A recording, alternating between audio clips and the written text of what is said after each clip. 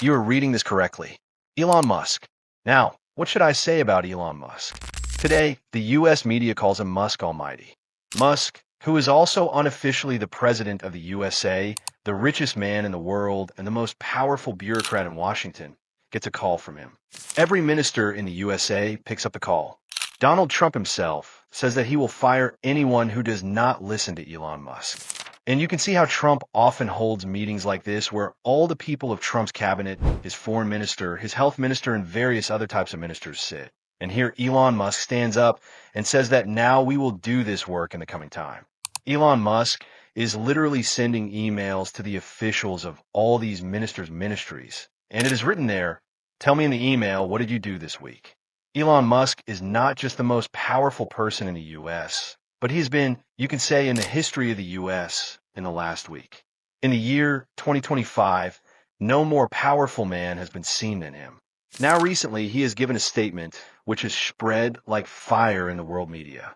Elon Musk has officially said that the US should leave NATO and the United Nations. The time has come. Here you will see that Musk has openly started backing the idea that the USA should exit the United Nations and NATO. See, this will be the biggest change of our time, and I feel that in the coming 5 years, by 2029, let me tell you, the world would have completely changed. Israel would have expanded a lot. Many alliances and organizations of the world would have broken up, and new superpowers would have emerged in the world, which will play the role of being the center point of stability. And here you will see that this tweet of Elon Musk has gone viral. Here a person is saying that it is time to leave NATO and the UN, and Elon Musk is agreeing here, and this is not just a one-off case. A few days ago, Elon Musk had also raised a question that tell me one thing. What is the need of NATO? What is the purpose of NATO? Why should the American taxpayer bear the cost of 2/3 of Europe's defense with his own money? Use the same taxpayer money to explore Mars, or whatever Elon Musk dreams of creating an interplanetary civilization, than Elon Musk has. Clearly said here that defense from home is not a threat to Europe, and there is no need for NATO. Now here you will be able to see this is Europe. If I ask you about the European Union, I'm not talking about Europe. I'm talking about the European Union. How many countries are there that have nuclear weapons? Since the UK is no longer a part of the European Union today, Brexit has happened. So there's only one country left in the European Union that has nuclear weapons. That country is France. Many countries, including France, Germany, have now started developing an understanding among themselves that the rest of the European countries will also start stationing France's nuclear missiles, France's nuclear bombs, nuclear weapons in their own countries. As the USA pulls out of Europe, the leadership of France here will increase. This is obviously what Emmanuel Macron wanted for a long time. Emmanuel Macron had this dream that if any one country would lead Europe, it would be France. And recently Germany has confirmed that they too want nuclear weapons. Here you will see the article France could send nuclear-armed jets to Germany. Telegraph has reported this. Now again, this matter is still in the early stages because USA has still not pulled out from NATO, but European countries have started preparing. Seeing the scene in Ukraine, everyone is scared. Everyone is shocked that Trump has suddenly come. He is so pro-Russia. Well, France has openly said that it can send nuclear-armed jets to Germany. And if you're thinking here that how can European countries do this, that France has set up nuclear weapon stations in other countries, look, Russia has started it. Now the rules have been broken, as you would remember in the country of Belarus.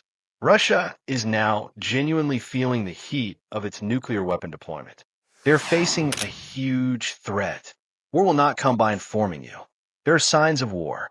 Your enemy is quietly moving his pieces. There's a smile on his face. He will obviously not say, while moving his pieces, that he will declare war in a year. Russia is currently preparing itself for a larger assault. European leaders are able to feel that they are not going to get the support of USA in the future, and this is true to a large extent. Suppose Elon Musk does not say all these things that it is time for us to leave NATO. Even Trump does not say such things. Even then, one thing is certain, that USA is going to reduce its defense budget by 50%. The way US is spending money right now is not sustainable. These people are going to make cuts on a massive scale. So you can imagine it yourself when their defense budget will fall from $900 billion to $400 to $450 billion. This U.S. will protect itself and will deploy it in Indo-Pacific. The military deployed in Europe must have the resources or something. They must have some intention. And at the same time, this is being discussed openly in the U.S. that when we have to spend half of our defense budget, then why are we sitting in Europe by forming NATO? What is the role of NATO? Let the Europeans defend themselves. So in the coming 4 years, you will see these two themes a lot in international relations. First, nuclear sharing will become a common thing. Now, every country will make a nuclear program and develop nuclear weapons. Then problems also arise in that. Allegations are made that why were they stopping Iran? If other countries can develop nuclear weapons, then these people will basically do nuclear sharing. If a country wants to make nuclear weapons, it will deploy its nuclear weapons in friendly countries. Really, there are chances of a crack somewhere in this also, but that is quite far away. That possibility is still very far for the time being. Sharing is going to happen on a huge scale.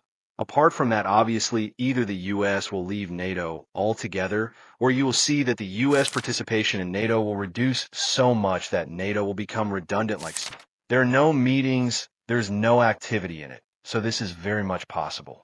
I feel that it is more likely that NATO will be made altogether redundant and put in a cold box and forgotten. Thanks for watching this video. Stay safe.